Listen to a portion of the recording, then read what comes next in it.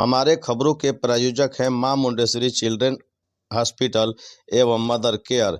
बच्चों के इलाज के साथ साथ स्त्री एवं प्रसूति रोग के इलाज की व्यवस्था यहाँ मौजूद है। यूपीएससी का रिजल्ट घोषित होते ही बक्सर जिले में बधाइयों का तांता लगने लगा, जहां बक्सर की गरिमा ने पूरे देश में बिहार का मान बढ़ाया है, जहां पूरे भारत में सेकंड टॉपर आकर पूरे भारत में अपना परचम लहराया। बताते चले कि मंगलवार को जब संघ लोक सेवा आयोग ने वर्ष 2022 के परीक्षा परिणाम घोषित होने के बाद ही बक्सर की बेटी गरिमा ने बक्सर सहित देश की सेकेंड टॉपर बनी। जैसे ही इसकी सूचना बिहार के लोगों को लगी, भारत वर्ष में बक्सर की रहने वाले लोगों को जब इसकी सूचना मिली तो खुशी से सभी झूम उठे। बता दें कि गरिमा शहर के बंगला घाट की रहने वाली मनोज कुमार लोहिया, स्वर्गीय मनोज कुमार लोहिया की दूसरी पुत्री है। घर में मां सुनीता लोहिया ने उन्हें इसके लिए प्रेरित किया और हर वक्त साथ ही उन्होंने रहकर उनकी पढ़ाई में मदद किया, जहां बेटी ने भी मां की इच्छा पूरी कर दी। इस दौरान गरिमा ने बातचीत के क्रम में गरिमा ने पूरी जानकारी मीडिया को साझा की, जिसमें उसका श्रेय अपने मां को दे रही है। वहीं पता चला कि स्वर्गीय मनोज कुमार लोहिया का निधन 8 वर्ष पहले ही हो चुका था। शहर के वुड स्टॉक में प्रारंभिक शिक्षा इन्होंने की। शिक्षा पाने के बाद बीम भगवानपुर से इंटर किया। कोड़ोरी मल कॉलेज से दिल्ली से स्नातक की। कॉमर्स की छात्रा रही गरिमा ने बताया कि इसी लॉकडाउन में मैंने परीक्षा की तैयारी की शुरुआत की थी। पहले कुछ सोशल मीडिया पर कोर्स के बारे में देखा, जिसके बाद ऑनलाइन कुछ किताबें मंगाई।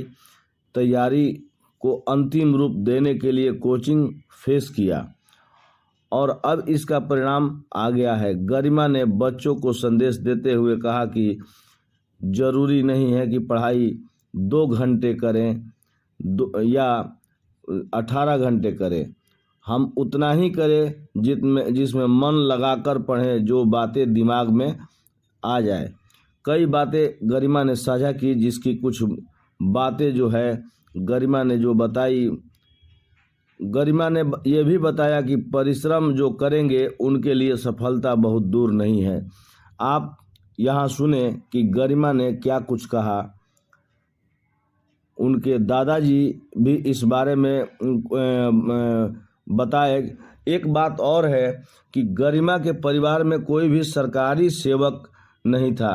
गरिमा ने ही सबसे पहले सरकारी नौकरी पाकर घर का रिकॉर्ड तोड़ा। आइए सुने गरिमा ने क्या कहा। वहीं हमारे खबर अगर पसंद आए तो हमारे YouTube को सब्सक्राइब करें, लाइक करें और इसे शेयर जरूर करें। आप सुने गरिमा एवं उनके दादाजी, माँ एवं समाज सेवी रामजी सिंह का बयान सुने। जी भर के अपना आशीर्वाद देंगे और उसने बहुत मेहनत किया है और किसी से भी न कोचिंग न कुछ। आइए इसकी समुचित तैयारी अपने घर से की है। घर से उसने पूरी एकदम 20 से 2020 देखते रहते थे कैसे तैयारी कर रही है। वो तैयारी करती रात भर जगती थी। ये बहुत खुशी की बात है और अपने मन से बदल लेना। पहले सीए की तैयारी की, 1 साल सीए का निकाली भी, उसके बाद दिमाग में क्या है अब छोड़ करके फिर इसी में लगे। कितने खुश हैं आप? अच्छा है, बहुत अच्छा है। आपका परिवार तो बिजनेस में हम लोग परिवार, हम एडवोकेट हैं, हमारे बच्चे सब बिजनेस में। हाँ, इनकम टैक्स सेंटर्स का काम। सरकारी सर्विस में कौन है? सरकारी सर्विस में कोई नहीं। ये पहली है, तो ये तो बेटी ही है। हाँ, सरकारी सर्विस में कोई नहीं। बेटियां जिस प्रकार से टॉप की हैं और नाम बढ़ाई हैं, क्या कहेंगे? ये बहुत खुशी की बात है और ये एक तरह से शिक्षा भी है। और जितना वो मेहनत की है वो बहुत कम आदमी कर पाता है, लेकिन उसका भी संदेश यही है कि भाई कोई मेहनत करेगा तो सफलता मिलेगी। उसमें नर्वस नहीं होना चाहिए, नर्वस नहीं होना चाहिए। मान लीजिए बीच में कभी से सफलता मिलती है तो उसके लिए आप एक बार दुख तो मनाते ही हैं, लेकिन फिर कोशिश करने से, फिर ट्राई करने से भी सफलता मिल जाती है। क्या परिचय आपका? मैं एडवोकेट हूँ। क्या नाम? Income tax Narayan Prasad Lohia. कहना चाहूँगी कि बेटियों को पढ़ाया जाए और आज मैं बहुत खुश हूँ बेटी के इस मुकाम पर देखकर। क्या नाम पड़ेगा? सुनीता लोहिया। आज कितनी पकड़ है? बहुत ज़्यादा। इसके लिए कितनी मेहनत की? मैंने इसके लिए जैसे छोटे बच्चे होते हैं रात दिन जगना साथ में, जैसे बच्चे सोते हैं तो मैं भी सोती थी, ये उठती तो वैसे उठती थी। बस वही दौर था कि मेरी छोटी बच्ची थी, इसके साथ ये सोती तो मैं सोती, ये जगती तो मैं जगती, इसके साथ ही साथ में रहती। इन्होंने कहा कि मेरे साथ साथ मम्मी भी पढ़ाई की। मतलब ये बैठी रहती पढ़ती तो मैं इसके साथ ही साथ रहती थी, जब ये सोती तब मैं भी सोती। कितना टफ है, जैसे कि पिता एक माँ पिता और माँ दोनों का प्यार मिला आपके द्वारा, और पढ़ाई इस मुकाम तक पहुँचना कितना टफ था। टफ तो था लेकिन आगे बढ़ना भी था। वो कल को देखकर तो आज जिया नहीं जाता। आज खुशी हो रही है, आज बहुत खुशी है, मेहनत सफल हो रही है। मेहनत सफल हुआ। सपना सुनीता लोहिया। ऐसा इसलिए है कि हम लोग मारवाड़ी समाज से आते हैं और हम लोगों में ज़्यादातर व्यवसाय के प्रति ही आकर्षण रहता है और हम लोग व्यवसाय में ही ज़्यादा रुचि रखते हैं।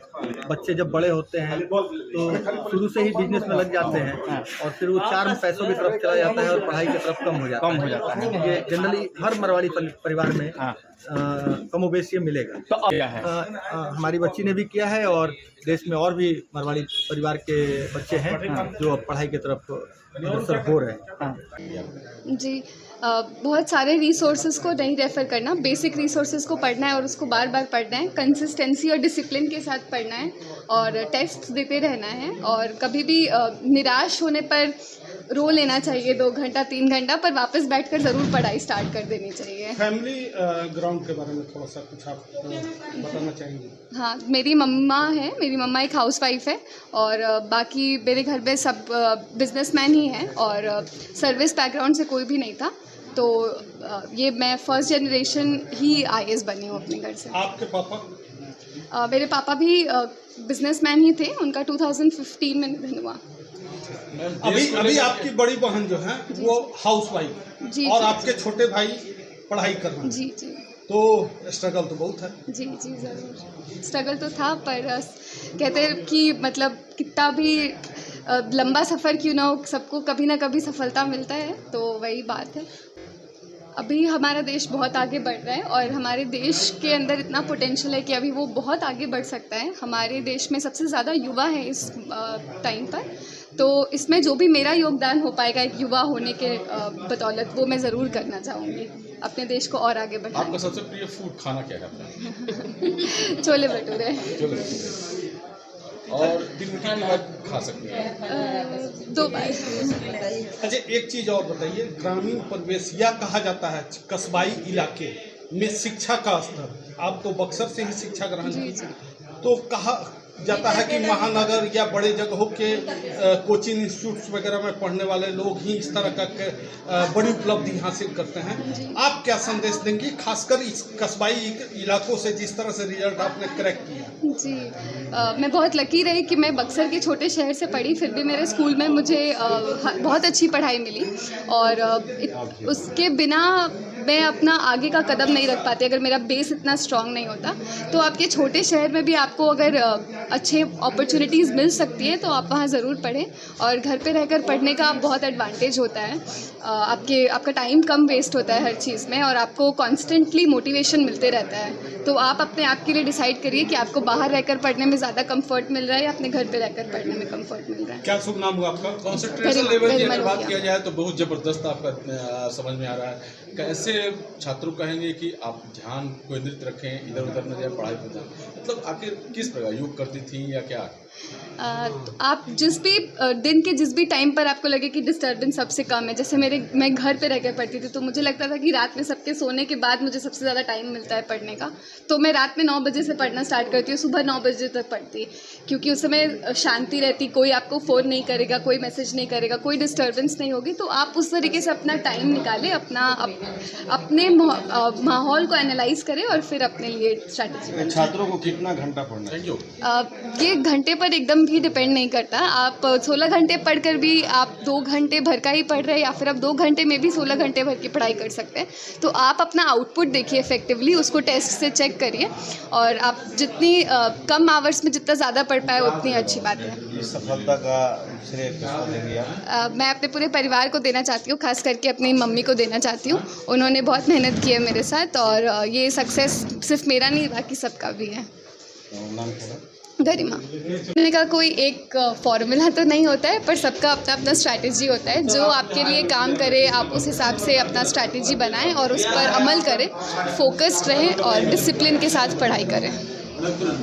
अच्छा, आगे क्या करना चाहेंगे समाज के लिए? आज जो भी मैं बनी हूँ ये समाज का बहुत कंट्रीब्यूशन है, तो जो भी मैं एज अ युवा समाज को वापस दे पाऊँ, योगदान दे पाऊँ, मैं सब कुछ करना चाहूँगी।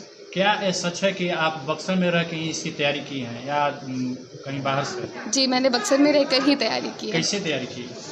ऑनलाइन रिसोर्सेज को यूज़ करा, ऑनलाइन टेस्ट सीरीज़ और सब कोचिंग्स जो भी हो पाए सब ऑनलाइन ही लिया। शहर वासियों के लिए पूरे ज़िले में ये खुशी सबसे बड़ी बात है कि बक्सर की बेटी गरिमा ने पूरे देश में बक्सर का नाम रोशन किया है। और हम लोग मोहल्ले के हम लोग को तो ये उम्मीद थी कि रिजल्ट तो आएगा ही, लेकिन ये उम्मीद नहीं थी कि इस प्रकार से रिजल्ट आएगा। पूरे देश में ये दूसरे रैंक पे आएंगी और कहीं ना कहीं पूरे ज़िले से लोग यहाँ पे आ रहे हैं आज बधाई देने के लिए। पूरा शहर खुश है, पूरा ज़िला खुश है और हम लोग भी खुशी के मारे बहुत कुछ मैंने बोल नहीं पा रहे, एकदम सबका रोंगटा खड़ा हो गया है आज।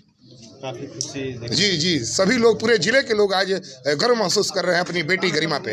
ऐसे में तो बक्सर के बच्चों को भी जी ये और गरिमा ने ये मैसेज दिया है कि यहाँ पे रह के भी आप